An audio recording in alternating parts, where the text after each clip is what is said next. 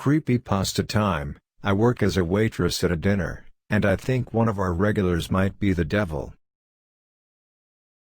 I work at a rest stop diner in a town people pass through as quick as they can on their way to something, or someone, better. It's called Lucky's, which is a little ironic because if you've ended up here you're anything but. If you stay too long the dust settles.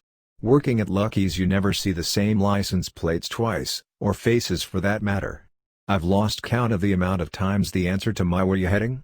has been anywhere but back. The lights flicker more often than not, and the jukebox sometimes spits out songs that aren't on the index cards, but the coffee's hot, and most people who try them say the pancakes are the best they'll ever have, and I'm inclined to agree. The embroidered name tag on my uniform reads Isabella, but that ain't even close to my real name. It was my mom's. Lucky's has been here a long time. I wear it because I like hearing her name said by other people. It's like she's still here, still coming up in conversation. Like she might walk through the door any second and isn't buried in the cemetery just past the strip club. Lucky's is also always open. Always. Working long shifts serving drifters and truckers and runaways, those who have become impermanent out on the highways, you get to know how to read people pretty quick. When you move around that much, always on the road, you leave parts of yourself behind sometimes, lost between the miles. Sometimes, people are just driving because there's nothing else left to do. Working at Lucky's I've seen all sorts of lost things. I once saw a man hit a deer with his truck and pull over to bury it in the red dirt, digging as the sun went down, tears a steady flow down his face as he fought the ground to cover up what he had done. I once had a man I recognized from the news leave me a blood-stained $20 as a tip, sad-eyed in a denim jacket that barely hid the gun taped to his ribs. I once saw a one-armed girl no more than 16 stand up on the roof of her car and sing, until a coyote came and sat in front of the hood, howling along. I once saw two women fist-fight in the parking lot in the night outside, until one was spitting blood and teeth and then they kissed in the blue lights of the police car that happened to pass them by, faces lit up red and shining. I've seen the highway on fire, lines of flames between tires as the asphalt set itself alight in the heat. I've seen roadside baptisms, preacher pulled up with a van in a kiddie pool. I've seen things walking out in the desert just beyond reach of the neon sign for the motel that don't look quite like people, shifting out in the blue night. I met a woman who showed me a photograph of the place she was buried. I often meet people who you talk with a while until their faces start to flicker, can't quite hold up the pretense that long. I've met people who have to be invited inside, before they can cross the threshold. I've met some lovely members of a sacrificial cult who tipped well and were oh so polite, even when they asked me if I'd consider letting them harvest me. But this is a story about, well, you read the title. It was a Friday and I was working a night shift. I prefer nights, because when I drive home I can pretend for a while that I'm going to follow the taillights of the car in front until I leave everything in my rearview mirror. Until it gets light and the desert changes to ocean, like if I rolled my windows all the way down I'd taste salt on the air. That, and I'm one of the only waitresses, shall we say, qualified, to deal with the night customers. Besides, tips are always better when the moon is out. We only have 3 true regulars in Lucky's, and only 2 had showed so far. Rosemary, our first and most frequent regular, was sat by the window in her brown fur coat, always drawn about her shoulders come rain or shine. Not that it ever rained here. Her hair was long and white down her back, like the moon through a glass. She waved over to me, gracing me with a wink that made her crow's feet deepen, all the more beautiful for it. Rosemary liked whiskey in her tea. Sometimes, she fed cake crumbs to the voodoo dolls she carried in her pockets. She was also a chronic insomniac and liked the company of Lucky's when sleep was hiding from her. She continued to shuffle through the deck of cards she had already set up on the tabletop. I watched her thumbs flipping over 2 jokers. Rosemary liked to divine the future, when she had the time. She used a frayed pack of hotel playing cards, and if she was in a good mood she'd read her coffee grounds. I didn't ask her too much, because those coffee grounds had a startling way of coming through. Table 6 was empty, and spotless as usual. It was the only table without a salt shaker, and the only one I never placed cutlery on. Only one person ever sat there. Our second regular, Jones, was sat in his usual booth, dregs of his black coffee held tight between his hands, badge resting on the table. He had his eyes closed, head bent down like he was repenting, steam curling off the lip of the mug and wrapping around his fingers. Jones was my favorite of our customers, not that I'd ever tell him. I walked past the booth and slid a bowl of sugar packets along the tabletop until it hit the mug with a soft clink. He jumped, reaching for his holster out of habit, until his eyes focused and he saw me. He smiled, embarrassed, and it changed his face, dragging him back to life. When he smiled it was like a storm in a drought, made you want to stand and watch, and maybe stay out in it just a while longer. I wanted to put my hands over his where they had resumed their place on the mug, to feel the second-hand heat through his palms. Sometimes I can sense the sad in people just by the feel of their skin. They carry it around with them, bone deep, trying to hide it from the world. But sometimes you can lift it from them for a minute or two, if you have enough kindness spare. It doesn't take much, most times. Jones was too young to be that sad. And yet, tired today? I gestured with the coffee pot to his half-empty cup. Everyone knew about the little girl he pulled from the dumpsters outside the swimming pool last week. She was the fifth one missing in 3 months. I could tell from the shadows like purple thumbprints beneath his eyes he'd been dreaming about her. She'd been found without her shoes on.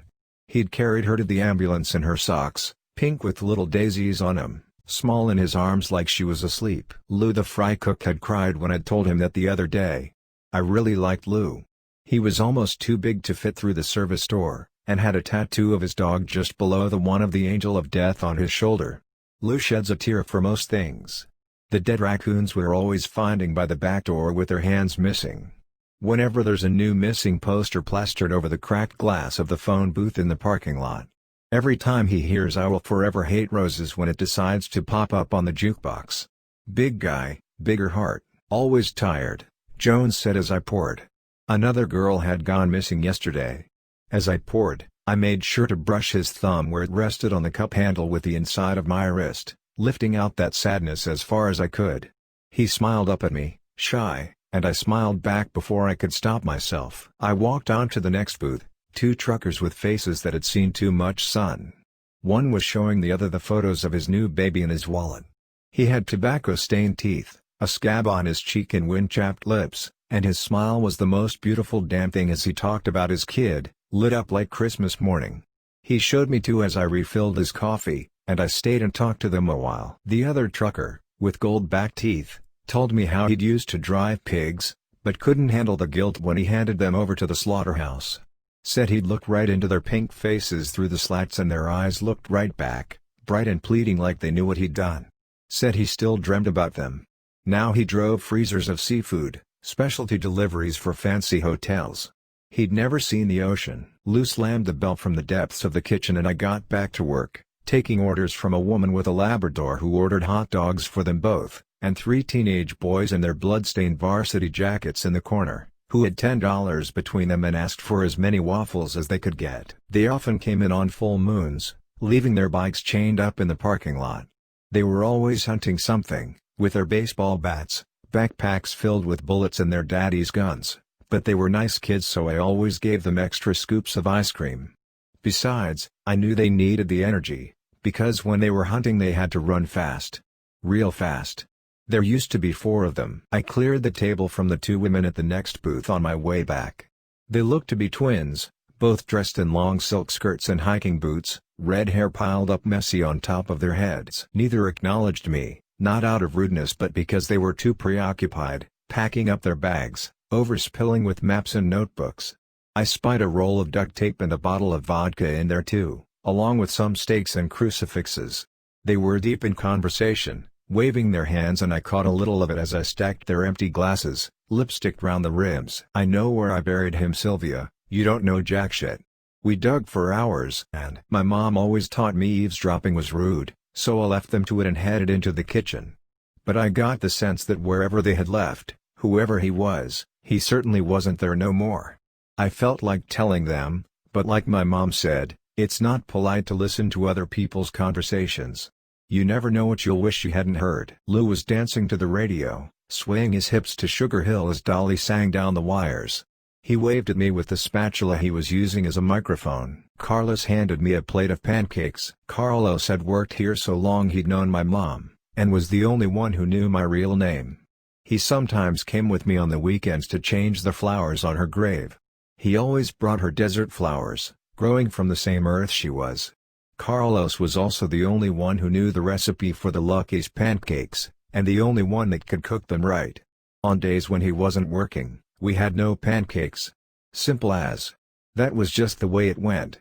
I'd learned that the hard way, but that's another story. Along with the pancakes, came a warning. He's back. He gestured through the doors. Table 6. Our final regular had showed. It had been a while since he'd been around.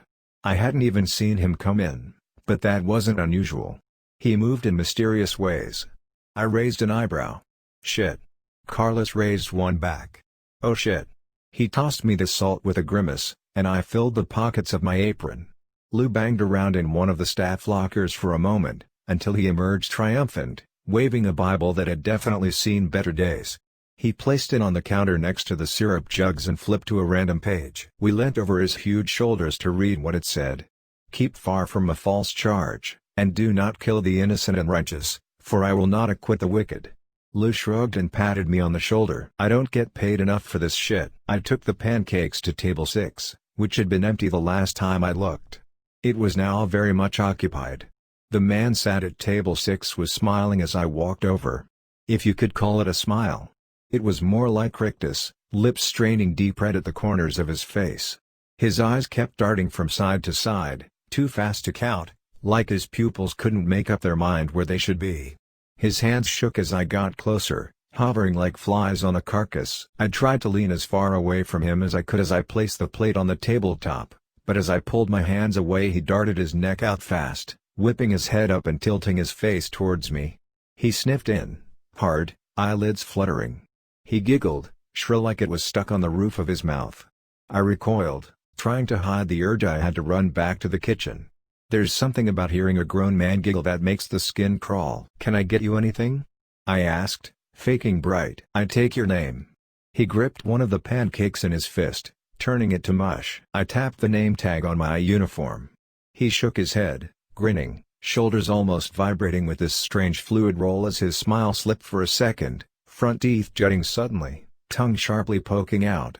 Filth was caked under his nails, red like the dirt on the sides of the road. Then he was smiling again, swaying slowly from side to side, feral, in his hunting jacket. His hair hung in greasy strings around his ears, like blonde rat tails, and they swung with him, back and forth. Isabella, Isabella, Isabella. It don't suit. He suddenly slammed his hand up to his face, shoveling the crushed pancake into the gaping hole of his wide mouth. I jerked back, the movement was so sudden. I shoved my hands into my apron, reaching for the salt, and his eyes narrowed. There's no need for that, came a voice from behind me. It rolled across my shoulders, deep, to the bone. Mr. Prince. I turned to face our third regular, relief mixing with fear in a swirling pit in my chest. Kinda like that feeling you get at a fairground in midsummer, when you've been on a carousel too long, and part of you knows you need to get off, but the other part doesn't want to leave because you know as soon as you stand still you're gonna be sick. Mr. Prince had that effect on people. Mr. Prince was dressed, as always, in his black pinstripe. His Stetson was darker than the night outside, and his boots shone like they were wet.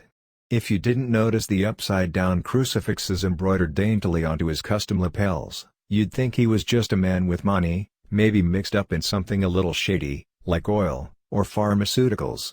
He was handsome by the way of his jaw, with his bone-white smile, but his black sunglasses were balanced on the bridge of his nose, silver-rimmed and gleaming, hiding his eyes as usual.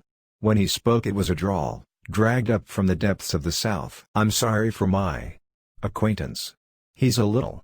Mr. Prince glanced at the man sat at table 6 as he panted with his tongue hung out, like a dog.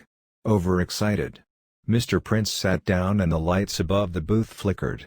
He tilted his hat back on his head and the jukebox coughed and skipped, and suddenly Robert Johnson was on and singing about that damn crossroad again.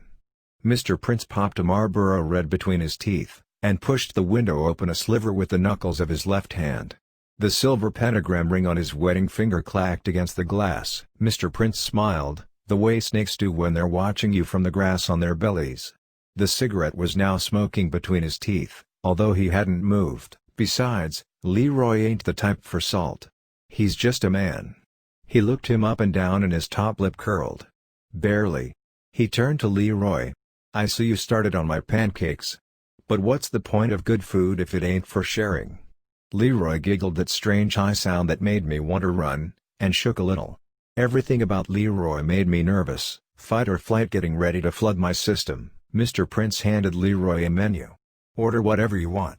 He leant forward and the lights flickered. Leroy ordered 4 cheeseburgers, and glass of milk. "Well, if that's all," I managed. I could feel Leroy's eyes clinging to my back as I left. Rosemary waved me over before I could get back to the safety of the kitchen. "I wouldn't worry about him, darlin'." She crossed herself, and tapped the card on top of the pile. The Jack of Spades. It had its eyes scratched out. But not by Rosemary. It looked like it had been printed that way for years. "We won't be seeing him again." She wasn't talking about Mr. Prince. She cupped my cheek and I leant into it, her hand rough with age, but warm. I could tell she thought I looked tired. She paid for her tea and toast, and walked out into the warm night waiting outside the doors. I finally made it back into the kitchen and was immediately attacked. Cold water doused me in the face and I threw up my arms on instinct, trying to protect my hair. Lou aggressively squirted me in the face with the spray bottle we also kept in the staff locker, the kind you use for tending houseplants. Ours was filled with holy water. "Lou. Jesus fucking Christ, get off!" I sputtered, and he sprayed me again. I spat holy water out, dripping down the front of my dress and wiped it from my eyes, makeup running a little. I grabbed the bottle from his hands. "I think I'm good." I wasn't really mad though, better safe than sorry, especially when it comes to possession. "Sorry. Just checkin'." Lou sheepishly handed me a dish towel. "Already did me and Carlos." He looked down at his shoes, awkward. He was a foot taller than me and a decade older, and I hid my smile because he was twisting the toe of his boot back and forth like a little kid being kept after class. Carlos kept his eyes firmly fixed on his hands as he started flipping patties, but I could sense him holding back a laugh, desperately clenching his teeth. I narrowed my eyes and aimed the spray bottle at him. "Maybe you need some more," I threatened. Lou snorted and then Carlos was laughing and I was too, and that heavy feeling that had hovered over us since Mr. Prince had walked and lifted. Sometimes when things get too dark, all you can do is laugh. Mom always said that when shit gets rough, you can either choose to laugh or cry. I never saw my mother cry. It was coming up on 3 in the morning as I took the burgers back to table 6. Leroy visibly drooled and clapped his hands as I walked over. I put the plate in front of him as quick as I could, but as I pulled back, his head darted forward and he licked the inside of my wrist. His tongue was long and wet against my pulse. I recoiled like I'd been bitten and he laughed, shrill and manic. "You taste better than they will," he said, grinning and gesturing to the burgers. Mr. Prince watched this unfold, calm and unreadable like the sky before summer lightning burns down a tree. I frantically wiped my arm on my apron, but I could still feel the tongue on my skin as if I'd left my hand in his mouth. I fought off the tears that suddenly burned at the corners of my eyes, because something told me Leroy would enjoy them just a little too much. I shuddered, and cleared Mr. Prince's plate. "Tell Carlos the pancakes were good as hell," he said, from behind his sunglasses. Then he chuckled, low and raspy, as if something he'd said was funny. He popped another Marlboro between his teeth and it started to glow, as Leroy shoveled meat down his throat. I tried not to gag as I watched it clog beneath his long nails. I walked by Jones on my way back. He waved me over, eyes creased with worry. He ran a hand over his face, as if he was trying to wipe all the bad things away. "Is he bothering you?" He gestured over to Leroy who was rocking back and forth drinking his milk. Jones suddenly looked so tired, uniform creased as his face, looking 50 instead of his 22. "Nothing I can handle." I shook my head and thought about Rosemary. We won't be seeing him again. It felt like hours waiting for Leroy to finish. I took the order of a man with a butterfly tattooed on his neck, and some truckers pouring Jim Beam into their coffee. They asked me for an extra cup which they placed at the empty seat on their table, for absent friends, they said. I cleaned down the countertop, restocked the sugar packets, and took out the trash, ignoring the man in the rabbit mask that often waits out by the dumpsters. As long as you don't look at him, he doesn't bother you. I refilled coffee cups, and took the orders of the large group of biker girls that came in, leather-clad and road-weary. At 3:03 a.m., Mr. Prince stood. Leroy had licked his plate clean and was sitting still, staring up at him with his teeth bared in a smile, hands gripping the tabletop so hard his knuckles were going white as milk. Mr. Prince handed me a roll of bills wrapped in black plastic that I knew better than to count. He tipped his hat. "See, Leroy. We all gotta pay eventually," he said. He leaned in and spoke softly. "For I will not acquit the wicked," he smiled. He held out his hand to Leroy, palm flat, waiting. Leroy's hands shook as he reached into his hunting jacket and pulled out a pair of shoes. A child's shoes, small enough that both could fit in one hand. Little pink sneakers, dirty, with brown stains on the toes that I knew could only be one thing. Mr. Prince considered them a moment, under the lights, and shook his head. He seemed like he was sorry, before he handed them to me. "For your man over there. Tell him to dig deeper where they looked last." He nodded to Jones, who was watching us, his badge gripped in his hand. But Jones knew better than to come over. Mr. Prince turned to Leroy and grinned around his cigarette. "We've got a ways to go, the road we're taking. They say it's paved with good intentions." He chuckled, and I felt sick to my stomach. He took Leroy's hand, like a child, and they walked out into the night, warm and waiting. The doors swung shut behind them, even though nobody had touched them. The jukebox sputtered, and Chris Rea was on, singing About That Road Again. I placed the shoes on a table by Yone's empty coffee cup, and passed on the message. He sat still for a long time after, just watching them on the tabletop, trying not to cry or scream or punch a hole in the plaster. All I could do was refill his coffee, because when someone is trying to hold themselves together like that, there's nothing left to say. My shift ended, and I drove myself home, following the taillights in front of me. I knew when I woke up it would be dark, and it would be time for my next shift, but for now, I just drove, dreaming about the ocean and watching the sun come up, like it always does, despite everything.